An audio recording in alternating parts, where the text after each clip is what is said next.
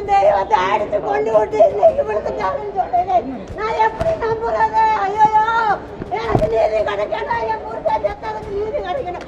Police அடிச்சது என் கண்ணு முன்னாடி நான் பார்த்தேன். போலீஸ் அடிச்சதை நான் நல்லா தான் கூட்டு போனேன். என் புருஷனை நல்லா தானே கூட்டு போனேன். பெட்டிசல் தானே கூட்டு போனேன். ஐயோ, என் தெய்வமே, நல்லா தானே என் தெய்வத்தை கூட்டு போனேன். இப்படி அடிச்சு கொண்டு அறுக்க கொண்டு போட்டனே, அறுக்க கொண்டு போட்டனே. என் கூறவே வீட்டுக்கிட்ட பிரச்சனை இந்த பிரச்சனை முடிஞ்சு எனக்கும் மண்டை உடஞ்சிருச்சு. நானும் கம்ப்ளைண்ட் கொடுத்துட்டேன்.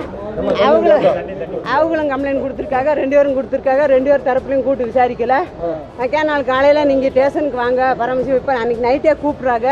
நைட்டு நான் வரல, நான் ஆஸ்பத்திரியில் இருக்கேன், எனக்கு குளுக்கோஸ் இருக்குது சார், நான் வர முடியாதுன்னு சொல்லி என்னை கூப்பிட்டாங்க. நான் வர முடியாது, எந்திரிக்க முடியலன்னு சொன்னேன். என்னை காலை பிடிச்சி இப்படி தட்டி 2-3 ட்ரிப்பு கூப்பிட்டாங்க. என்னால் எந்திரிக்க முடியாதுன்ட்டு அதே சிம்மத்தில் இவர் எங்கள் வீட்டுக்காருக்கு அடித்து என் மயனுக்கு அடிச்சிருக்காங்க ஃபோனு.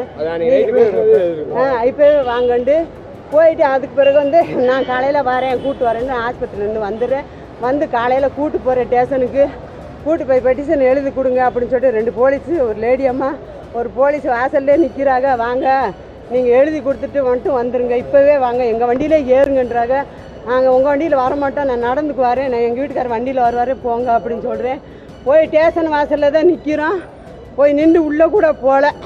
அப்படியே 2 கையை எடுத்துக்கிட்டேன். எங்கே 4 பேர் இப்படியே மண்டலே அடித்து இப்படியே குத்தி கீழே தள்ளி அங்கனே மயக்கம் போட்டார். ஐயோ, வாடா, எங்கள் அப்பாவை அடித்து கொள்றாங்கடா, வாடா சீக்கிரம் வாடான்ட்டு இவனை 4 பேர் வாசல்கிட்ட நின்றவங்க உன்னை கஞ்சா கேஸில் தூக்கி போட்டுறேன்னு சொல்லி விரட்டி ஒரு 2-3 தூரத்துக்கு விரட்டி போயிட்டாங்க.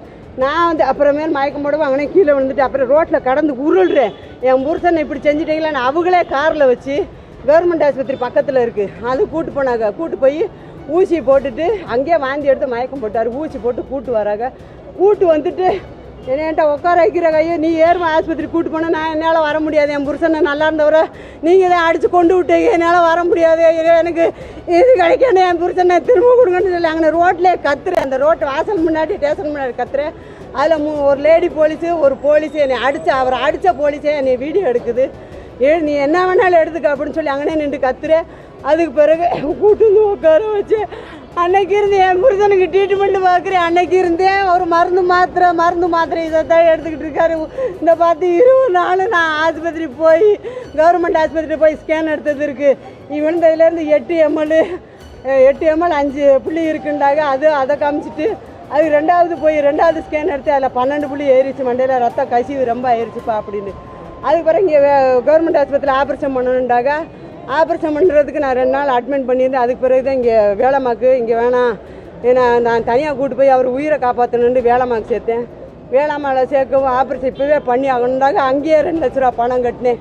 கட்டி உடனே அன்றைக்கே சாயந்தரமே 7 to 8 மணிக்குள்ளே ஆப்ரேஷன் பண்ணி கொண்டு வந்து படுக்க போட்டாங்க. 2-4 மணிக்கு 4 நாளையில் கண்ணு முழிச்சிடுவார். கை நான் அங்கேருந்து படுக்க போடையில் கையை 2 அசைச்சிச்சு. அதுக்கு பிறகு அதுக்கு கண்ணே முழிக்கவே இல்லை. இன்றைக்கி முழிக்கும், நாளைக்கு முழிக்கும்னு 4 நாள் ஆச்சு. 4 நாள் பிறகு அவர் கண்ணே முழிக்கவே இல்லை. கேட்டால் அவர் இதுக்கு போயிட்டார், இந்த நரம்பு தண்டு சேலத்தில். இங்கேருந்து ஃபுல்லாமே நல்லாயிருக்கு, இதய ஆட்டு எல்லாமே நல்லாயிருக்கு. நீங்கள் கவர்மெண்ட் ஆஸ்பத்திரிக்கு பெரிய ஆஸ்பத்திரிக்கு போயிட்டு உறுப்பு தானம் பண்ணுறதா இருந்தால் பண்ணிக்கோங்க அப்படின்றாரு. இன்னும் 2 நாள் நாங்கள் வச்சு பாருங்கள் சார், நல்லா நரம்பு கூட ஆப்ரேஷன் பண்ணுறதா பண்ணுங்க அப்படின்னு சொல்லி கெஞ்சி கேட்டேன். அவர் பாப்போன்னு கண்ணு முழிக்கிறாரா பாப்போன்னு சொல்லி வீட்டுக்கு உயிர் இருக்கிறதோட்டிக்கு நான் ட்ரீட்மெண்ட் எடுத்துக்கிட்டே தான் இருக்கேன். அவர் என்னென்ன கேட்குறாரோ அனைத்தும் காசு நாங்கள் கொடுத்து கொட்டிக்கிட்டே உயிரை காப்பாற்றணுன்னு எல்லாமே பார்க்க முடியாமல் போச்சு. இன்னைக்கு என் தெய்வத்தை இன்னைக்கு பார்க்க முடியலையே.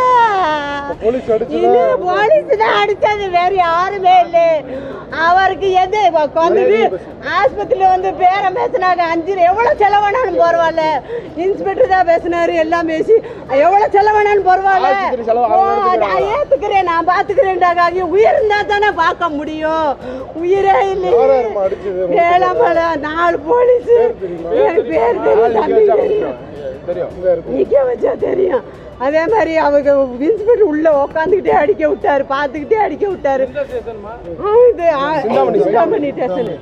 சிந்தாமணி ஸ்டேஷன்ல கூட்டு போய் அடிச்சு கொண்டு விட போலீஸ் தவிர அவர் யாருமே அடிக்கல. அவர் இந்த அளவுக்கு விழுந்தா கூட எந்திரிக்க மாட்டாரு. அவர் இந்த அளவுக்கு விழுகல. இந்த வரைக்கும் நான் எந்த ட்ரீட்மெண்ட் அவருக்கு எடுக்கலையே, எந்த இதுவுமே எடுக்கலையே அவருக்கு. நான் ட்ரீட்மெண்ட் ஒரு ப்ரெஷரோ ஒரு சுகரோ எதுவுமே இல்லையே அவருக்கு. போலீஸ் தான் காரணம். எனக்கு நீதி கிடைக்கணும், போலீஸ் தான் காரணம். என் புருஷன் அடிச்சது போலீஸ் தான் அடிச்சது, வேற யாருமே இல்லை. நான் கண்ணார பார்த்தேன், நான் யாருமே இல்லை.